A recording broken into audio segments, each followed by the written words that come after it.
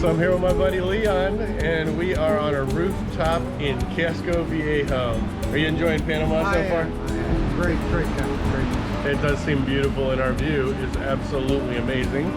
And a lot of the views were amazing, and today we are going to take you through what we think you should do if you find yourself with 72 hours in this beautiful country. And Panama was eye-opening. We're going to get to see all sorts of cool ruins and architecture. We're going to head into the rainforest and see some animals. We're even going to end up over at some very important ports on the Caribbean coast.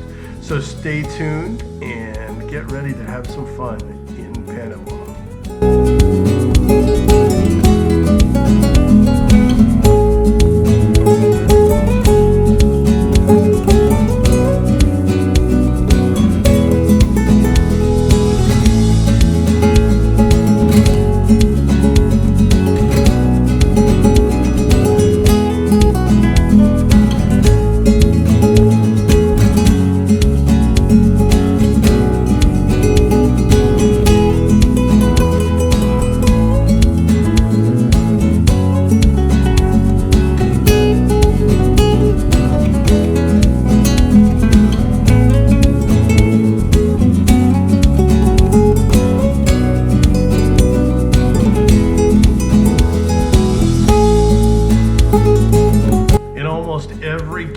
What we will suggest for you to do first is to dig into what made a place so great, and that means heading over to the first town ever made on the Pacific by a European power.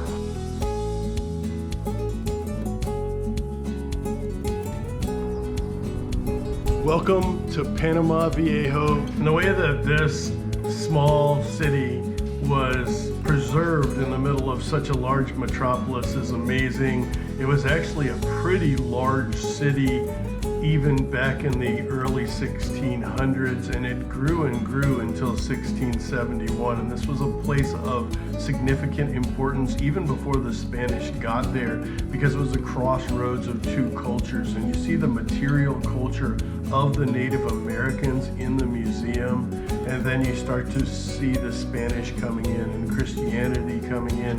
And this museum is actually very, very well made, and you want to see it before you head out into the ruins, which are also amazing. There are some sections of this that are really, really well preserved, and then there are others where they had taken the rocks and stripped them away and brought them over to our next destination to build up a safer area after Captain Morgan came and burnt this in 1671. But it's a really good peek into history and what made Panama so great.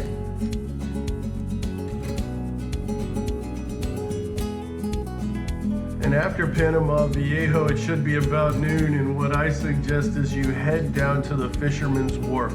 Now this is a little bit touristy and a little bit expensive, but you will get some of the freshest seafood in Panama City here, and it'll refuel you for your time over in Casco Viejo, which is absolutely my favorite part of Panama City.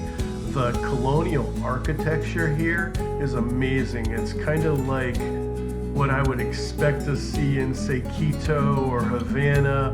The old houses, they've been regentrified. It was actually really dangerous to go there about 15 years ago, but they've done a lot, and now you can go there and you can do your shopping. I do suggest make it window shopping unless you forgot to bring something that you need for your wardrobe. You'll see some of the handicrafts in these, and some of the handicrafts are actually really amazing, but I'd use this to get a price so that you know how to haggle with the locals.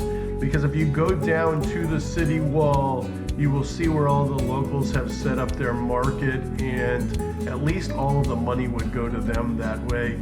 And you can head right down to the tip of the wall from there, and it has commanding views. You can actually see the ships coming out if you're there at the right time, and there's this cool spire with a rooster on top.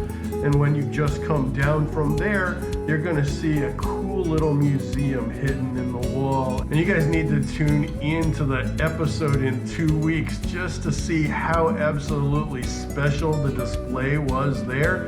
And don't miss also going to the cultural center, because in with all of the anthropologists' offices and everything, there is some great artifacts that they rotate in and out. Maybe you go over to the Canal Museum, or you could actually go to any of the other little small museums that are built into these old buildings, and they're simply amazing.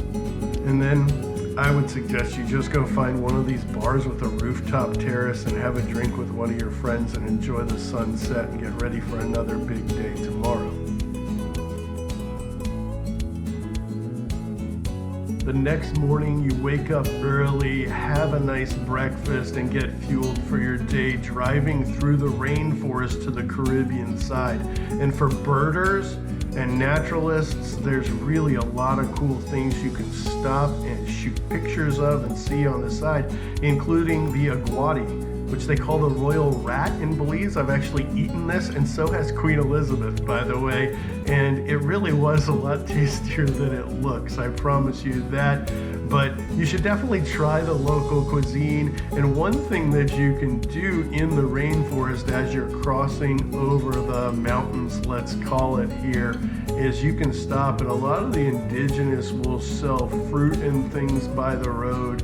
And so we got a bunch of oranges and bananas because they have peels on them, which protects you from getting sick, and hopefully injected into that local community. And then we headed over to the Caribbean, which is a totally different community. It is a Garifuna community, and if you guys aren't familiar with a Garifuna community, then you really just need to tune in to 3 weeks from now's episode, because we really enjoyed that, and it is something that really makes the Caribbean side of most spots in the Caribbean very special. And this was actually a really special place for me.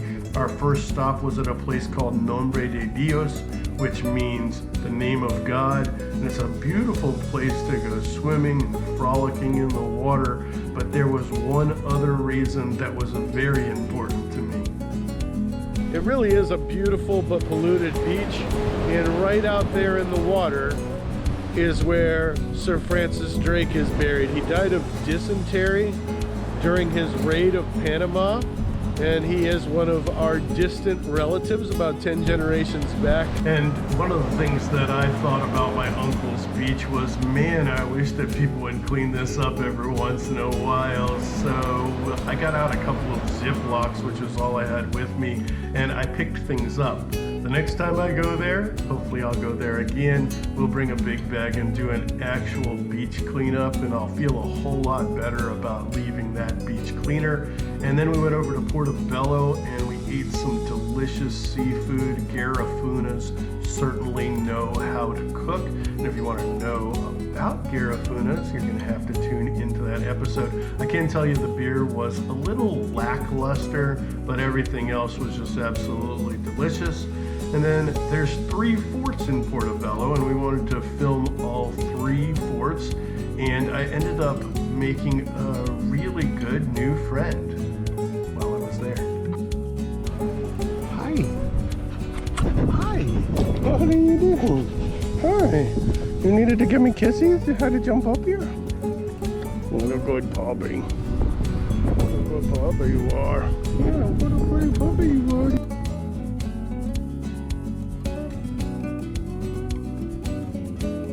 There's actually 3 forts in the Portobello and San Lorenzo fortification system, and they're strategically located so that you can protect both sides of the bay and the town itself. And the first one where I was playing with the dog was in town. The more beautiful and interesting ones are actually just outside of town.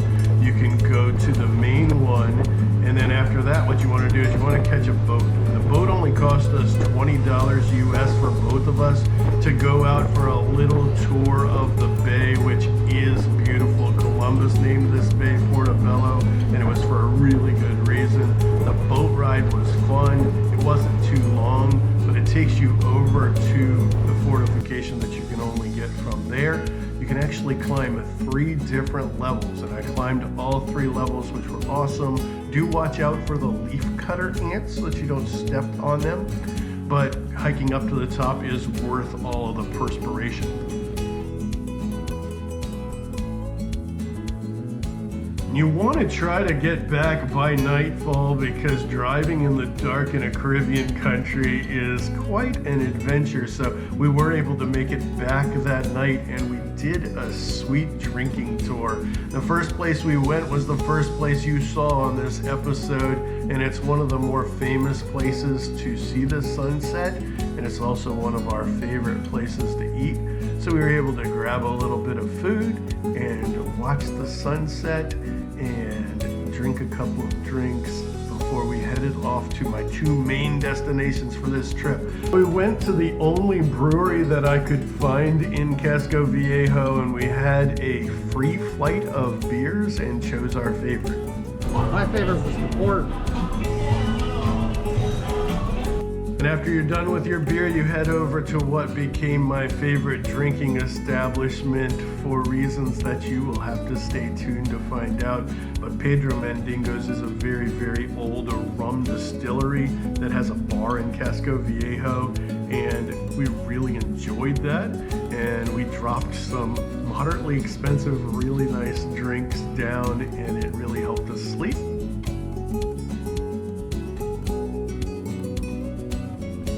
And with that, you are off to the last day on our 3-day vacation, and we left the most iconic for last. You absolutely need to grab yourself a taxi. Remember that they are negotiable, and when you get a good price, head over to the Miraflores locks, because these have like a small little museum built into them, and make sure that you go at the right time. You can either go at 9 o'clock in the morning or at like 3 o'clock in the afternoon. We chose to go over in the afternoon, but this suggestion is that you go there in the morning and see it. The boats will actually be going in the opposite direction that they are now, but this is a wonder of modern engineering and very much worth your time, and you would regret it very much if you didn't head over there. And the last thing you should probably do is go back, relax a little bit, and head back to Casco Viejo again, because that's really the nicest part of Panama City, and there's just so much to do. And we hope that you liked this video. If you did, give us a thumbs up. Maybe you subscribe, maybe you tune in. We actually have 3 more Panama videos that get into detail about these things that I've told you to do. And in the meantime, find yourself on the journey.